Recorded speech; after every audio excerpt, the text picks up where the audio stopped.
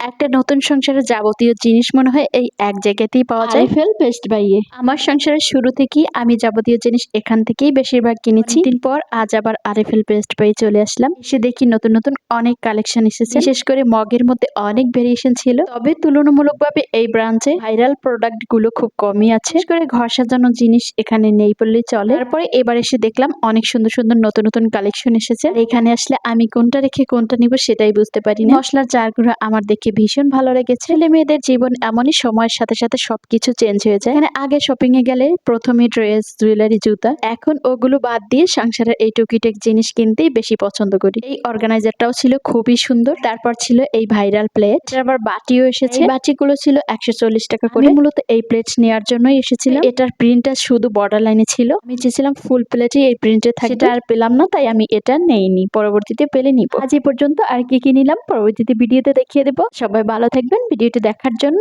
অসংখ্য ধন্যবাদ। আল্লাহ হাফিজ।